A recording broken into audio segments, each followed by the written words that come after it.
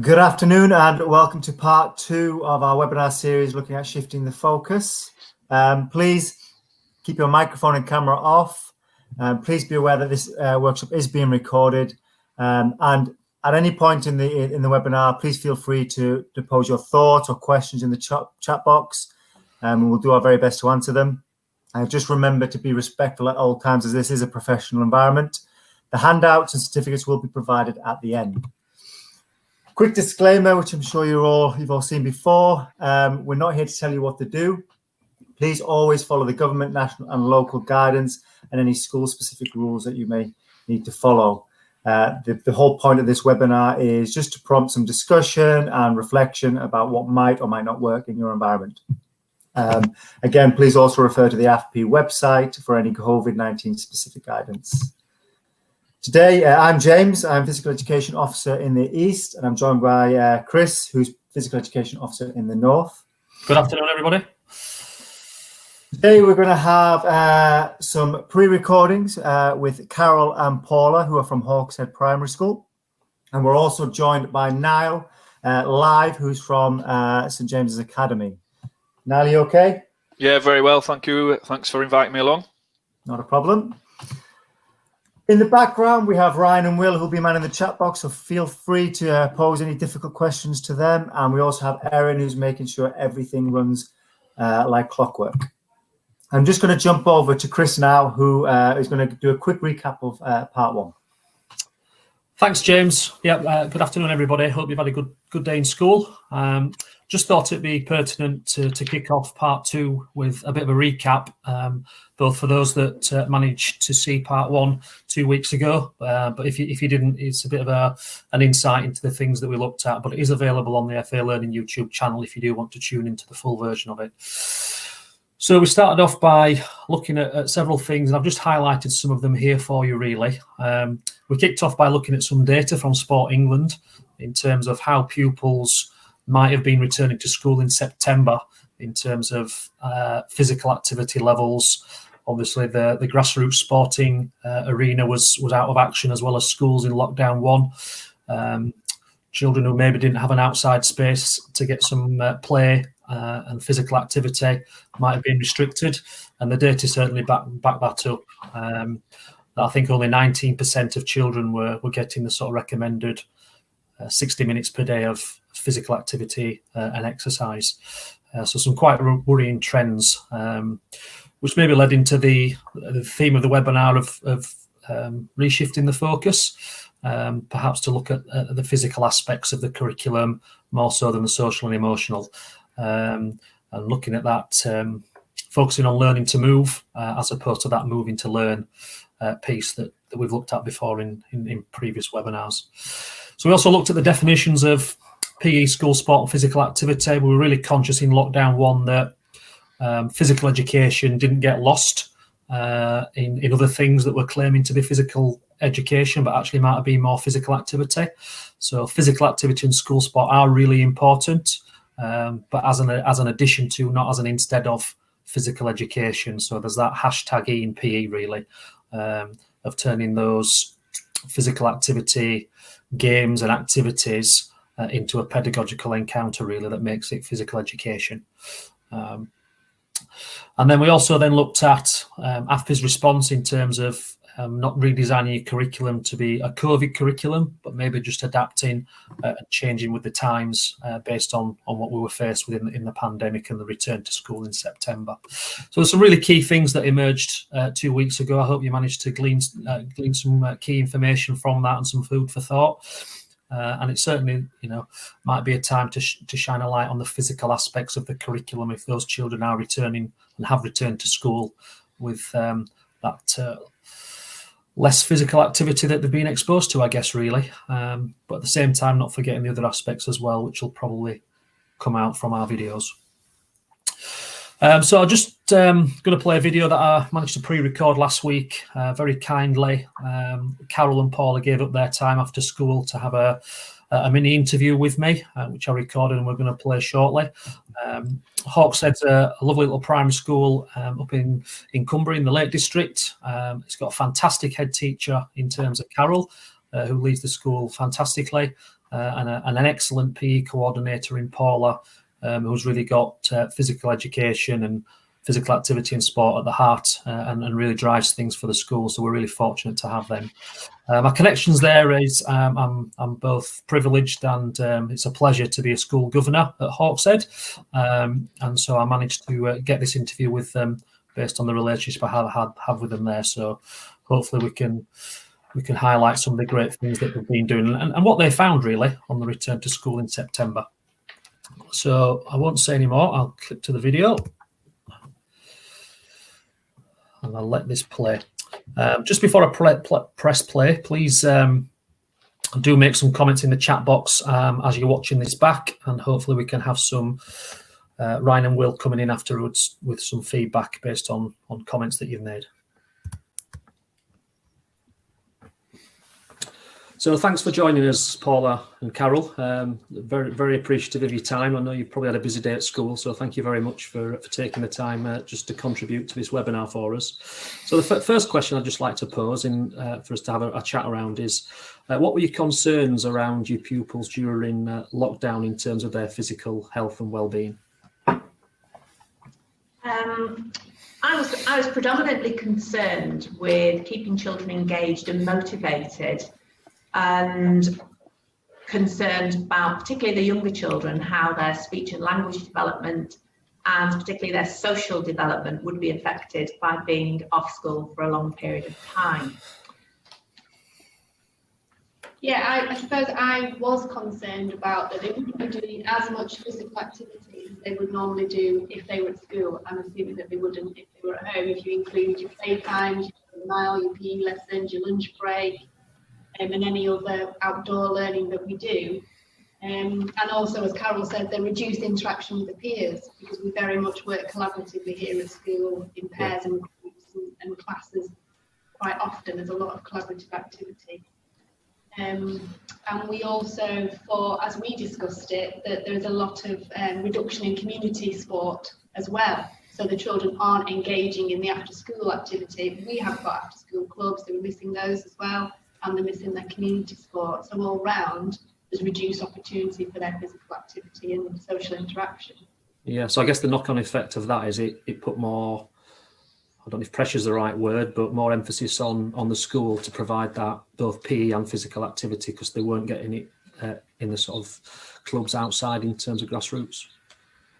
Yeah, absolutely. Yeah, and coming back to school, it is definitely more in the forefront of our minds that we need to give them as much opportunity for physical activity and PE as we can.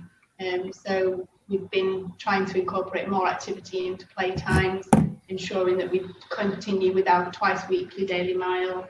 Yeah. Trying to increase the equipment that we have in the playground, so they've got more variety of opportunity for more engagement. Yeah. And how did you find them in terms of their, I don't like using the term physical fitness with primary school children, but the general sort of fitness levels when they returned, were they sort of lower than before, or where you're expected, or what did you find? I think there was a mixture, really. There was a mixture. I think the younger end seemed to me like they hadn't lost much of their physical fitness. I was quite pleased when we did our first Tuesday trot, our first daily mile. I thought, gosh, they've done really well. But some of the older ones, I think, perhaps hadn't been as active as the younger ones.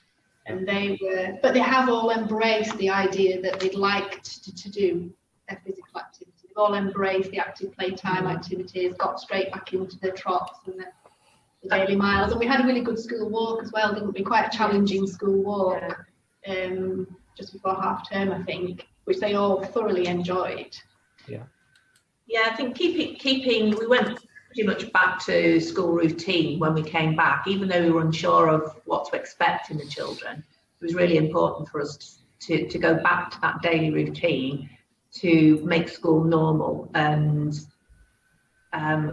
put back that routine that perhaps might have been lacking in their lives up until that point. So our routines do incorporate a run a couple of times a week and active play times and extra things. So they do have up to an hour a day where they are active on top of their PE lessons anyway. And so just coming back to that, took certain children slightly different amounts of time to get back to fitness. But I think, as Paula said, that the older children, those who might be more engaged in looking at telephones or things like that, they're the ones that we noticed, just one or two, that were affected by a lack of physical activity in lockdown. Yeah. So it sounds like you've got a real distinction in the school between what is physical activity and what is physical education, because you're talking about doing things in addition to PE. Is that fair? Yeah, absolutely. Yes. Yeah. Yeah. We still maintain our 2 hours of PE lessons per week, and they have a learning focus, I suppose, if you like. They've got the learning objectives, a skill focus, or whatever.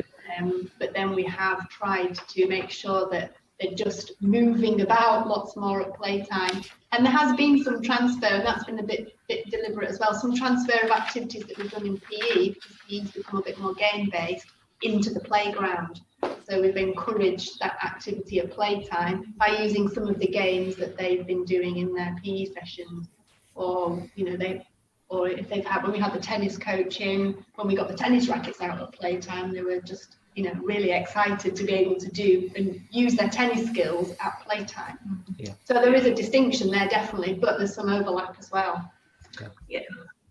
With regard to the overlap, I think for me personally, being out at playtime, it's lovely to see the children engaged in physical activity, because it promotes that teamwork and collaboration and all those social skills that they might have not been used to using so much whilst they were in lockdown. So we have specifically made a conscious effort to develop games during playtimes and things like that to promote the social development of the children. Yeah. Right. So it sounds like you've had a real emphasis and shone a light on the physical elements of the curriculum and physical activity, but then that's not been at the expense of social or psychological development for the children either. No, we actually came to the conclusion that we needed the physical activity in the PE to support the social development of the children and to help them to regain those collaborative skills and those communication skills, and that PE and physical activity was quite fundamental in that, really. Yeah. Okay, great. Thank you for that.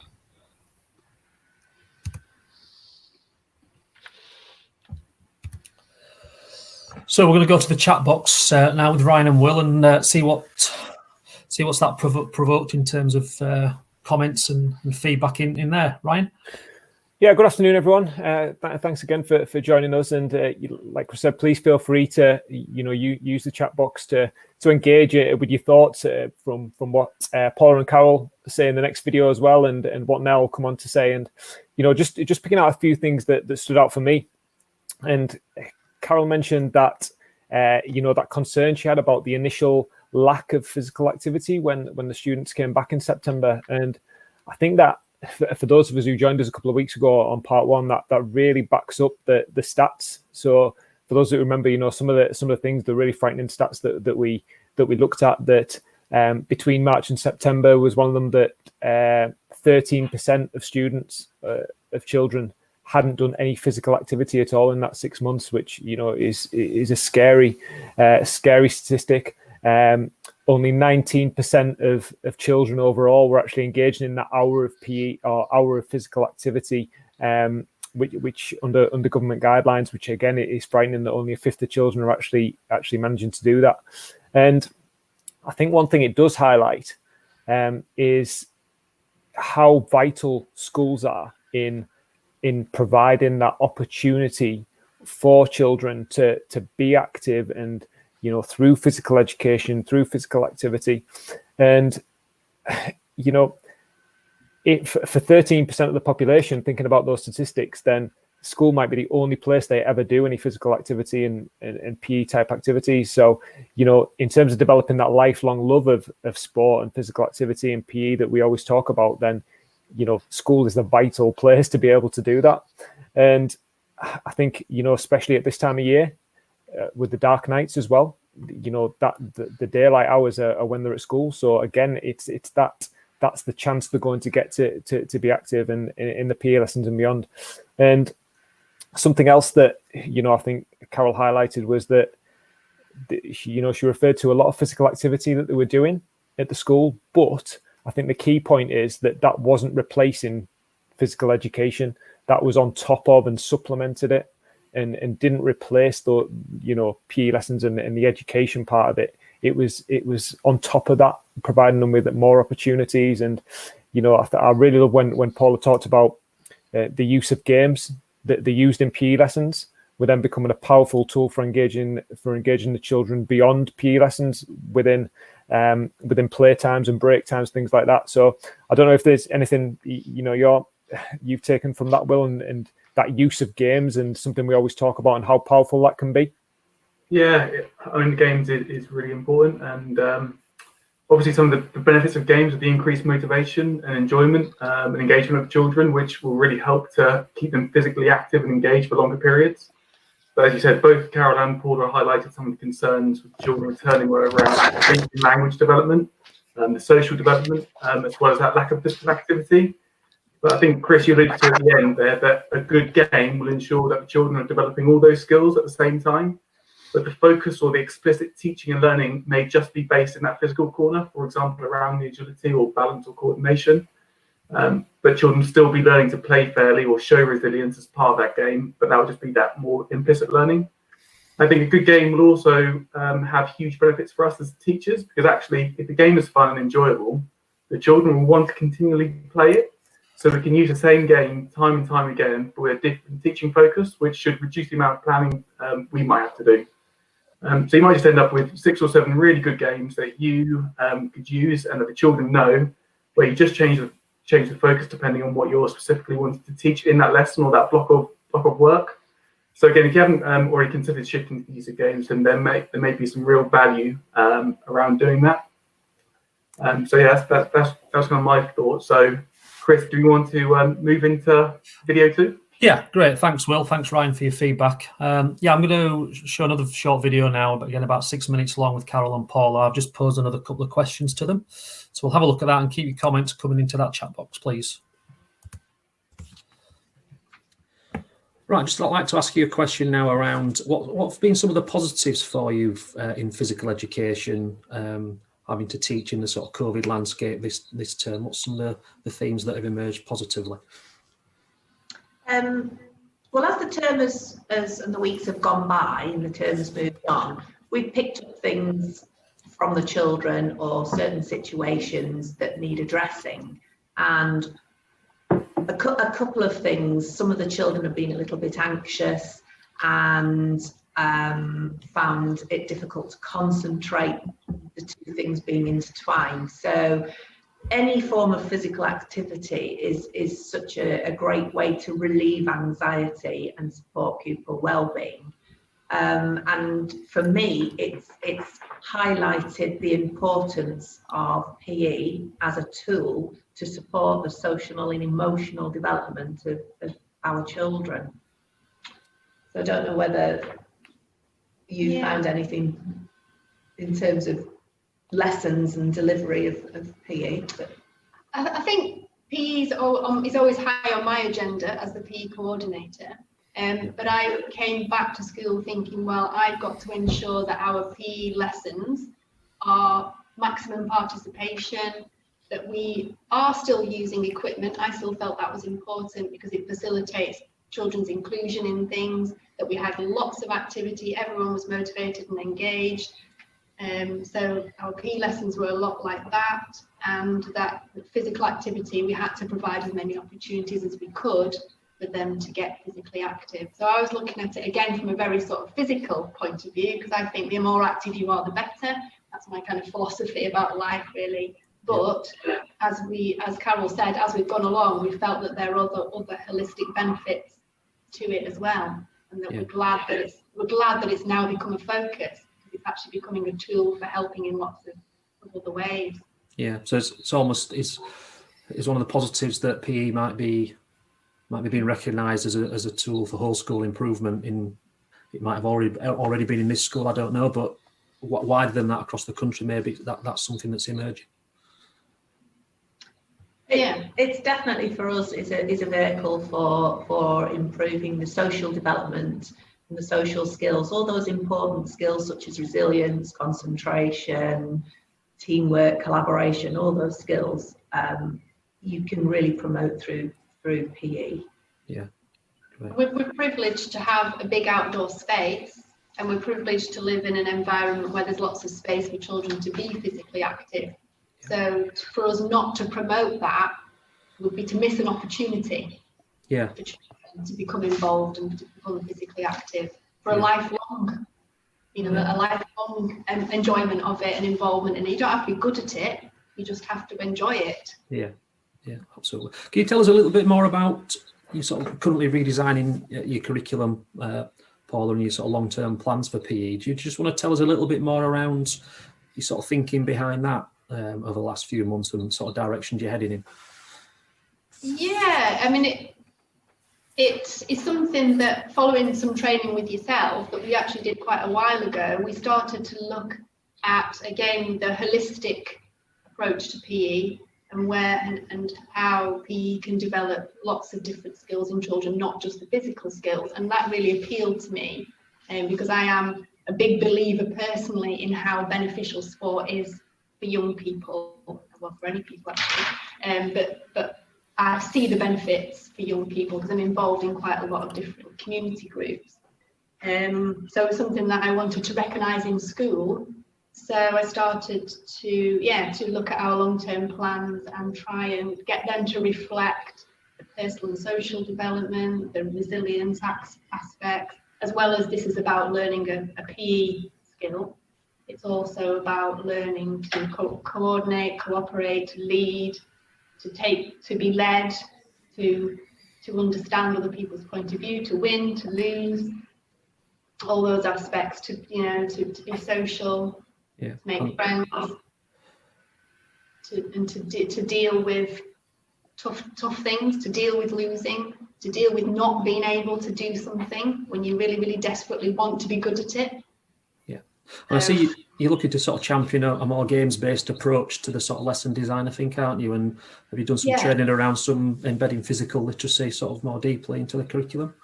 Yeah, it's something that I've been pursuing in my own CPD as the PE coordinator, really. Again, through the FAs, there was some training webinars during lockdown. I did those, and then I recently there was some training on a new resource, which provided just lots of game-based activities with a focus that it might develop spatial awareness, or it might develop moving away from another player, or it might develop using equipment. But learning a skill, but within a game-based activity, which seems to me like there's lots more inclusion, there's lots more activity, there's lots more decision-making, there's lots more thinking on your feet, making decisions. And like the first half term, I did that a lot more, and the children were able to really articulate by the end of the half term the decisions that they'd made and why they made them. And why they thought that strategy would work better than that strategy, and what perhaps they could do next time when we played the game again. And you could see them putting those ideas into actually practical situations to try and. It was really nice to see. Yeah, I think it motivates the pupils as well, doesn't it? Because that age-old question of when are we having a game? We're starting with a game is the answer to that one, which straight away gets that motivation and engagement from them, doesn't it? Yeah, it does. Yeah, and it's fun, isn't it? So, and I don't think you don't feel as a player that you stand out. And when you have the team-on-team games, sometimes children feel like they're not going to be good enough to contribute to that team. Whereas some of the games that we've been more moving towards, everybody feels like they're taking part, and it's not really obvious if somebody's not as good as the next person. So they suddenly feel more confident because they suddenly feel involved and that they're making a contribution. Yeah, great. No, thank you very much for sort of answering those questions I've posed to you and for taking part.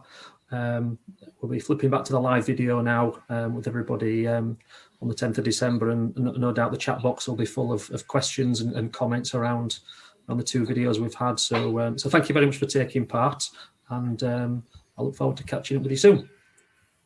Thanks. You're welcome. Bye, Chris. Bye. Bye.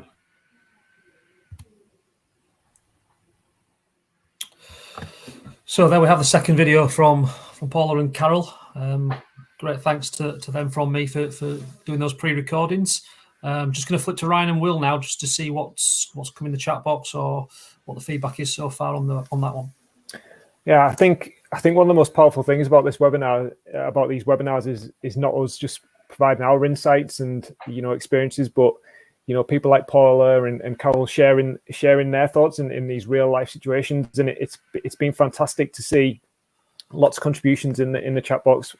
So we've had from Helen, Rachel, Sarah, who've shared ideas which have been fantastic around using PE to develop the love of games, but then giving children the opportunity to pursue those outside of the lesson. And talked about sharing in the chat box, talked about sharing ideas around using funding to do that, and providing equipment at break times for them to really enhance that love that they might have developed in PE.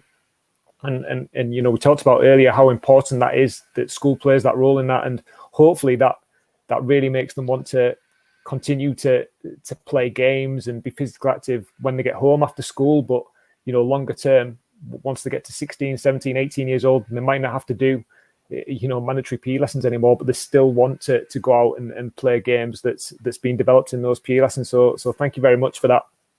And I'm just going to, highlight something that Paula mentioned, that, the physical elements of PE are fundamental in developing other holistic areas. Some of the things she mentioned, such as effective decision-making, resilience, and cooperation. So if we just take resilience, Will, as an example, I don't know if you've got any ideas from your experience of how you could really, shine a light and bring that skill to life, but while also keeping pupils' physical energy levels high. Yeah, interesting question. I guess firstly, it depends what you want the focus to be on, whether it's going to be around physical development. If not, you might have the explicit learning around resilience. So that block of learning in PE might just be around resilience. And then kind of the implicit stuff you might do would be to allow the children more opportunities to fail, self-correct before you step in, which should maintain that high activity times. You could set the children challenges to beat their personal best scores, so they keep involved in the game. Could be consideration on how you group the children in teams and who they play against. So you might put children in a 3v1 or a 2v1 situation, because that's gonna overload them and perhaps reduce their chance of success, and that will start to build their resilience. But again, that will still ensure that high physical activity time. I guess the final one would just be how you might provide feedback, and you might give feedback more around their thoughts and feelings, and you might do this in more individual interventions. So again, it's just ensuring that high activity times stay high for the rest of the children. So there are probably a few ways. I thought the other thing that was interesting that Carol stated was the actively promoted PE in school sport. So again, Ryan, any thoughts on that? Yeah, that stuck out for me as well, and I think that's a really good question to ask yourself. Or everybody on this webinar who's working in schools and teaching schools. Does just think about the school that you work in. Does your school actively promote PE and that enjoyment of being active? And I thought something that was really interesting that Paula and Carol mentioned was around using and taking advantage of the surroundings that they're very fortunate to have. And I would imagine there's teachers on the call here who work in schools who've got surroundings which might be really beneficial for promoting physical activity, and that education within PE, in countrysides or beaches close to the schools, and in some cases, could it even be that where your school is located could actually start to help shape the whole school curriculum? And we've talked a lot before on previous webinars. I'm sure people will be aware around incorporating school values into your PE lessons. And do your school values just sit on a website or in a school brochure, or are you actively demonstrating those in your teaching and learning every day. And I would argue that if you looked at on any of the schools who we've got people on with us today, if you looked at their school values or mission statements or visions, I would say that PE can probably bring out a lot of those school values better than any other subject on the curriculum. And if we take an example, just top out something like communication and cooperation, being an effective communicator and cooperating with people might be part of school values that you want to develop. And it might be that that's a focus within half term. It might be that you're also fortunate, like Hawkshead Primary School, in the example we've seen, that you're surrounded by lots of countryside. So, in a PE lesson, could you really focus on those holistic skills, but keep the high activity levels by doing some orienteering type activities, and really taking advantage of the surroundings that you might be blessed with. And I think, final point from me is that, Carol mentioned that the last few months have really highlighted how important PE is to children and how powerful it is, and not just physically, but mentally as well. And, Gemma mentioned earlier in the chat box, which I thought was a great point, which, using PE as a tool to increase attention spans within pupils, which I thought was a great point. And I don't think there's probably ever been a better time, to speak to members of SLT around that importance, while it's on their radar of how important physical activity and PE are, to actually start shaping whole school curriculums around it. So thank you for your comments, and like I said, please continue to share ideas with each other, because I think that's a really powerful way of engaging with each other on these webinars. Thanks, Ryan and Will. Thanks for that input, and keep the chat box ticking over as we go through. As Ryan mentioned there, it's just as important as what we're saying and sharing. You'll learn as much probably from each other on the chat box as well. So I'm going to pass over to James now, who's going to introduce our next guest, who's live with us, Niall. So James, over to you. Thanks, guys. Right, so I'm delighted to introduce Niall, who I've known for probably 4 or 5 years. I think we met one cold night at Thackley Football Club, and we came over and we started talking about physical education. Then we found out our sons play football at the same football centre, and I never watched my son because I was always talking about physical education. So it was great to get you on the call. And Niall, do you want to just give us a bit of a background about yourself before we kick off with the first question? Yeah, sure. So back in 2008 was my first primary PE teaching position. I've since moved on to my second and third, predominantly responsible for primary PE. My role sort of evolved over the years. I'm also responsible for outdoor learning. Obviously now there's a huge sort of national push surrounding physical activity. So very fortunate to be involved in some incredible initiatives funded by Sport England in Bradford. Brilliant. Okay. So we've had obviously Carol and Paula on, and they've kind of answered this question already. But I suppose from your point of view, having returned in September, what did you feel that the pupils' needs and wants were after being in lockdown? Yeah, I guess what I'm going to say, it just echoes the case study and what the folks have been saying already. But when I think of our specific pupils, we're in a catchment area where there is deprivation, so there's always a huge concern around our most vulnerable pupils. I think about Maslow's hierarchy of needs, and immediately that sort of safety and belonging layer. And I know that children wanted to be with their friends, with their teacher. They want to see that familiar face. It's not the same seeing a teacher's face on the screen. It was positive, but you can't beat that sort of face-to-face interaction and communication. Immediately, seeing children arrive back to see their teacher, it was pretty joyful, to say the least. Again, I think they wouldn't probably agree that they'd need this, but there needs to be a huge reduction in screen time. I'll talk about this again a little bit later on, but it's a bit of a concern for me. Not to mention in particular social media sites, but there's some that have kind of taken over, and I found children in the classroom that have sort of recreating these dance routines when they're in the middle of the learning, which I wouldn't normally discourage physical activity, but it's kind of taken over a little bit. So, I think that we needed to address that as a school, and we are starting to do that. And again, just touching on our most vulnerable pupils, it's something that's a real strong aspect of our provision. But, we're prioritising all children, but, with that special focus, as usual, on our most vulnerable.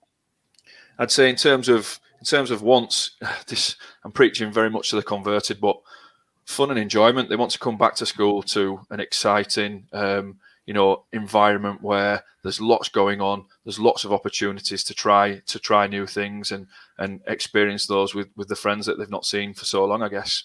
And again, the children are so eager to impress. It's something we've got to celebrate. Even the smallest of wins, whether that be in the classroom or in the playground, particularly within PE lessons. In terms of my role, we've got to really make sure that we're celebrating every moment of positivity. I think we brush over this a little bit in schools, that we can't underestimate the value of play times. We've overhauled play times, and we've tried to make it as exciting as possible. We've got a loose parts play area, which is very interesting. It's very much I'd say sort of an early years provision, timber blocks and ropes and carts and tyres. And we even have upper key stage 2 children that engage in this. And you kind of stand back and think, wow, it's incredible to watch those older children that are not too far away from high school engaging in what I would say is play that you'd probably be involved in early years or key stage 1. And I think, it's important that our children are inspired by adults in school. So I was listening very carefully to the ladies on the previous case study, and the fact that they're heavily involved in playtime provision, PE provision, right at the heart of PE. I think as a staff team, as a community, it's important that we preach and do what we want the children to do. We, get them being active and enjoying moving. Yeah, definitely. I actually remember you telling me when you got the delivery of all that equipment, that was fun moving that around. It's still arriving, honestly. The tyres are incredible. Some of the stuff that the children came up with, I actually couldn't tweak. So I'm thinking, I don't think we've got a risk assessment for that, but it was brilliant to see just play in its purest form. No real sort of PE sporting equipment, just things that you get kind of in your garden. It was brilliant to see. Yeah, definitely.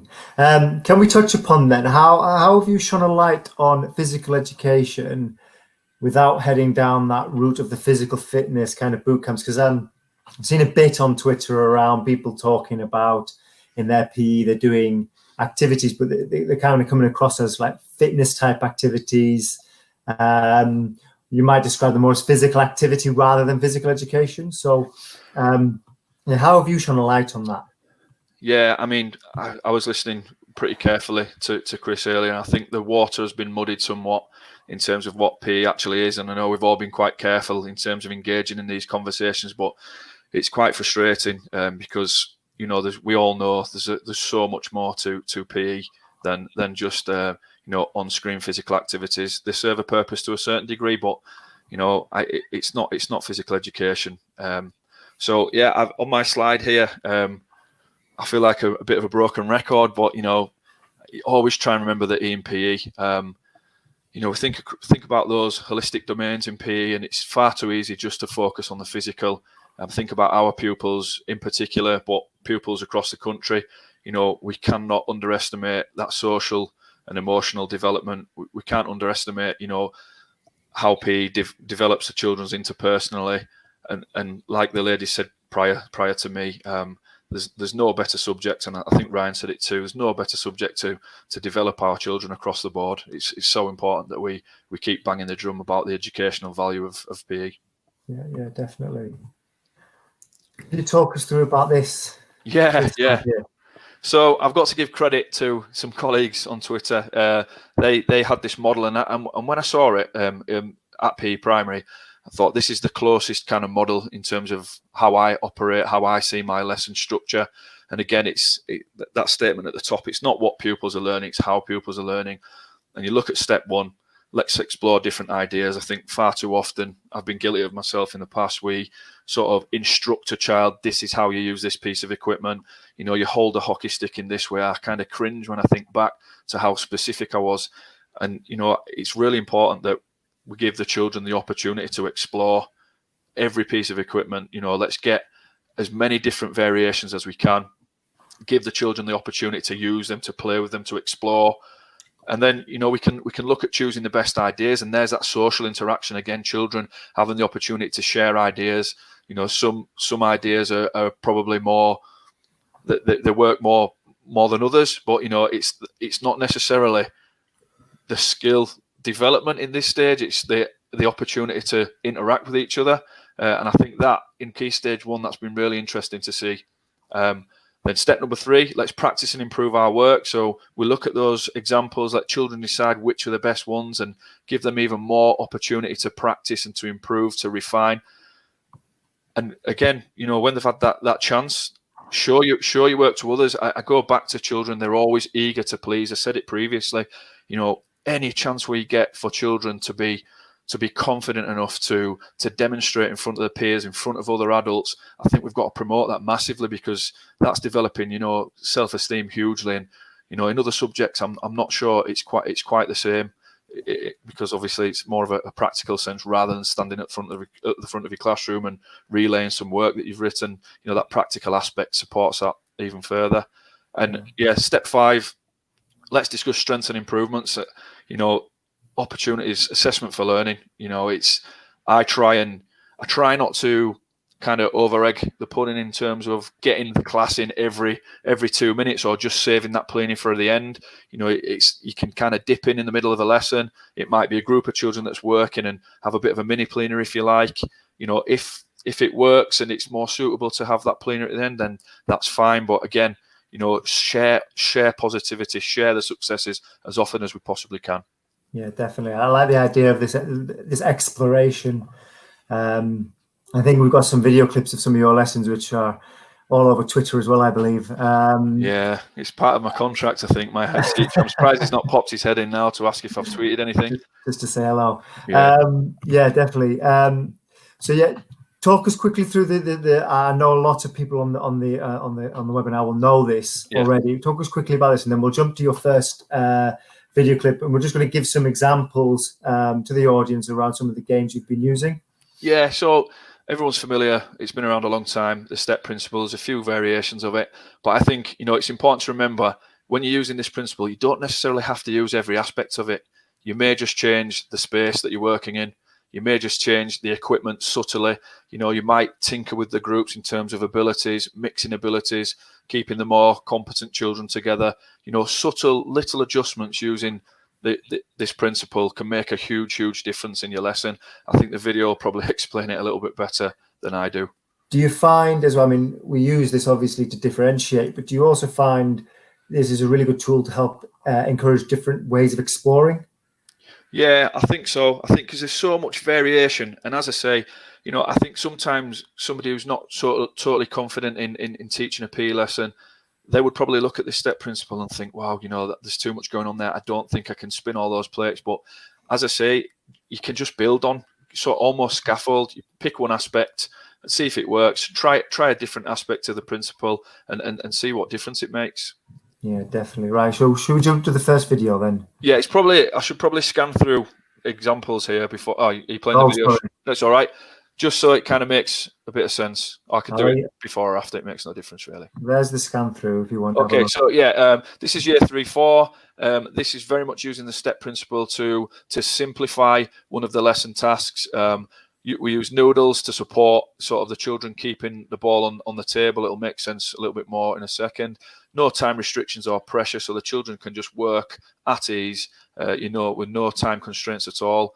And basically, we just want them to maintain a rally using variation of different equipment, subtle changes in equipment, just to support that kind of support that success, I guess. Okay, let's have a look. Let's hope I've uploaded it right.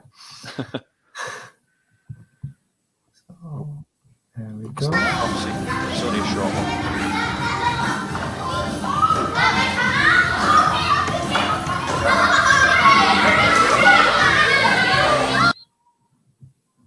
Okay, so there, if I'm right in saying, you had multiple groups doing the same task, or obviously there was subtle differences? Yeah, it was the same task, but obviously I identified that this particular group of girls, they group themselves, and I try and let the children do that.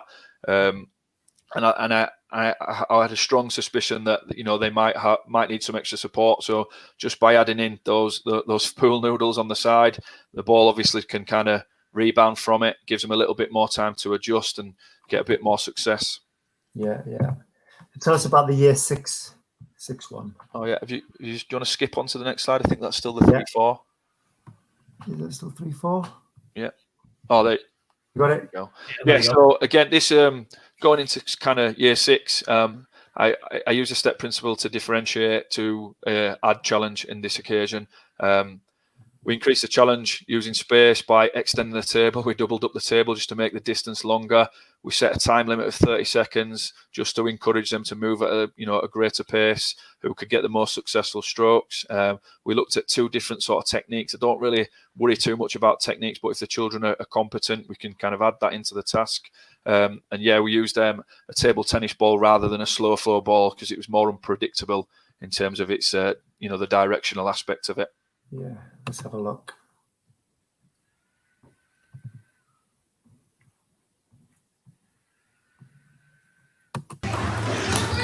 Careful.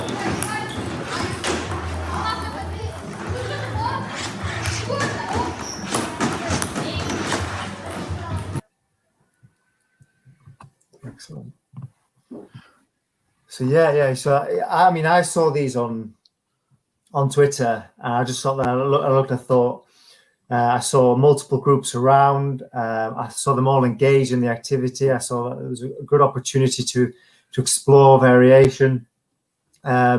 So yeah, I think I mean, some people might be thinking on there, did you have a particularly large space to do that? Because I think the first question I'd be asking is, how did you manage that? Yeah, we don't have a huge hall. It gets used, it's multiple uses, and obviously we don't have the luxury of having sort of multiple table tennis tables. So, I try and be as creative as possible. Try and use what's around. We actually used the dining tables, which were absolutely perfect. And because there's lots of them, there's lots of different subtle changes that we could make. While the task was the same, essentially. Again, just changing the rackets, changing the paddles, changing the width, the length. Some children would play against the wall, so tiny little kind of adjustments using that step principle makes such a huge difference in terms of the child accessing that lesson intention. What was your role as you were going around? Obviously, you might have been manipulating the different aspects of step, but in terms of maybe supporting and guiding, what was your role in that respect? Yeah, so there might have been times where I needed to adjust the task that I'd given the child. I mean, I think I'm a big believer in you don't have to stick rigidly to your planning. Sometimes something can crop up. A child can catch you out. They might be a lot more competent than what you've kind of given them credit for. So I think just kind of dipping in and out of the groups and supporting by adding a little bit of extra challenge or potentially reducing a little bit of challenge. There were occasions where I thought a child would be more suited in a different group. So I guess just kind of spinning plates to make sure the children are challenged at the right level. Did they have? Did you give any ownership on them? Maybe them adapting themselves? It's funny because it kind of naturally happens. Even children that, again, I would describe as probably not the most physically competent with that particular skill. They'll often, for example, let me think of one of the groups, one of the girls, she was encouraging her peers to stop the ball before they played it back, because she was aware that some of her peers were kind of struggling with that particular task. So it's nice to stand back and see that happen sort of organically, if that makes sense. Yeah, definitely. And I suppose my last question is, do the dinner ladies know that you're using the tables? Oh, honestly, I've never felt so much pressure when the lesson's due to end for lunchtime. It's so I don't know if there's more pressure. My missus watching me waiting for me to wash up, or the lunchtime staff peering through the little holes to see if I'm ready. But I take the lesson right to the the last minute, because we're limited, aren't we? We've got to draw out as much time as possible. Yeah, definitely. So you've kind of touched upon meeting the needs and wants of your pupils, because STEP is kind of does that. But I think the next slide there, can you talk us through your inclusion spectrum? Yeah. So again, this has been around for some time, and I think it dovetails nicely with the STEP principles. So it's I think it's popped off the screen there. That's all right. There you go. Might be a bit of a delay. I'll just wait my side for it to arrive. Oh yeah, there it is. So the inclusion spectrum was originally designed for disability sport, but it's a wonderful, wonderful tool to engage everybody. And as I say, it dovetails really nicely. There's 4 aspects to it in terms of your your lesson design and activities. So you can have open activities, modified activities, separate activities, and parallel activities. And I've got some videos of how I applied that in terms of my lesson. Okay. What we'll do is we'll show one last video, and then we'll jump to Chris. So I think this is video 3. And then you can briefly explain what was going on in this one.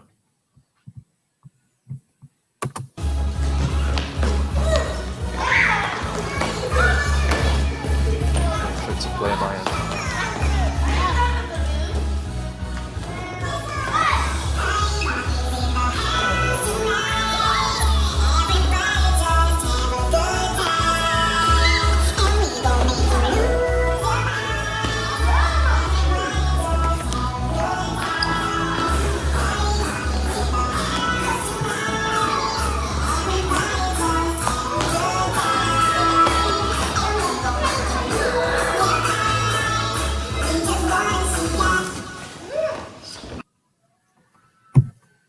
Was that your music selection? Yeah, it's my playlist. I'll have to send you the playlist. It's unbelievable. Yeah, so that was an example of an open activity. And while it might look like the most basic in terms of everybody doing the same thing, I think it's important to sort of use different aspects of the inclusion spectrum. Obviously, that one worked particularly well with our Year 1 group, and an open activity, everybody can access it. Everybody's doing the same thing, but they can sort of, in terms of ownership, like you mentioned, they can adapt it, and they do sort of naturally. So the children in that video were using the noodles, different surfaces, bending the noodle in half, playing it with the end of the noodle. There's lots of variations, even though it's open, and it's just nice to see everybody accessing that particular task, but with their own kind of variations on it. Did you have any particular focus? I mean, obviously they were all trying to keep it up. Was that it? So the unit it's a net and wall unit in Year 1, but we were looking at not necessarily volleys, but sort of rebound, hand-eye coordination. But the rest, so as we moved through school, they were looking at sort of volleyball type skills. So striking the ball before it, makes contact with the ground. Yeah, definitely. Well, we did have other videos to show, but we are running tight on time. But I would urge anyone to follow Niall on Twitter, because he posts these videos quite regularly, and they always give some good ideas. So what we'll do is we'll just quickly jump to Ryan and Will, just to see if they have anything that stood out in the chat box. And if not, we can jump to Chris for a recap. Just very quickly, I know I'm conscious of time, but there's been some great discussions and some great thoughts in the chat box. I'm just gonna pick a couple out. I love this comment from Kushwan around the power of explorative play P provides, and the opportunity for children to discover things for themselves.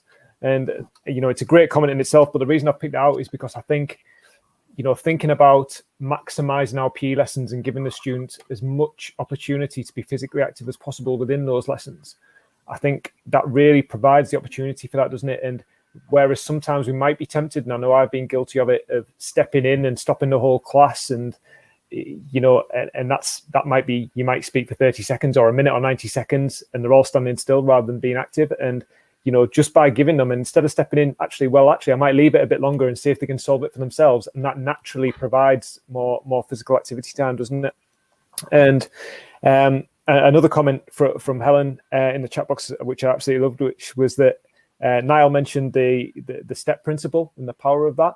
And Helen's taking it one step further and said that she's actually taught the children in her school the step principle, so that if they're finding activities in a PE lesson too hard or too easy, can they actually use the step principle themselves to adapt the activity that they're doing and make it more appropriate for them personally, which I thought was absolutely fantastic comment. And in the chat box and during the whole webinar, we've covered so much, and there's been comments around planning curriculums, engaging pupils, holistic development, learning through games, differentiation in PE. And I think, it's probably a good opportunity just to point people in the direction of our YouTube channel and the previous 9 webinars that we've done, and on all those different topics. So, if you haven't had a chance to delve a little bit further into those, and it's also worth pointing out as well that the previous series of webinars have now been put into shorter 20-minute packages, highlight packages. So, if we've got any PE coordinators on the call who might want to use kind of some shorter clips of our webinars as part of their CPD to other staff, then, hopefully that provides an ideal opportunity to do that. I'm just going to, I know I've hogged a lot of time there. I'm just going to hand over to Will. Anything that you've picked out? Just one from Anita, who's just about setting PE homework. I'm not sure whether you do that or something that you do, but perhaps you could set the plenary. So now I mentioned about plenaries. Perhaps the plenary could be some reflective questions that you give the children at the end of the lesson, so you can maximise the lesson time to do the physical side of it, and the children take that away as homework. Again, it would just increase that physical activity time. So I thought that was a nice idea. Just as well, sorry, James, just cutting up. I've just put in the chat box and pinned it to the top as well a link to the playlist of the 9 webinars and the highlights packages as well, if anybody's interested in using those as well.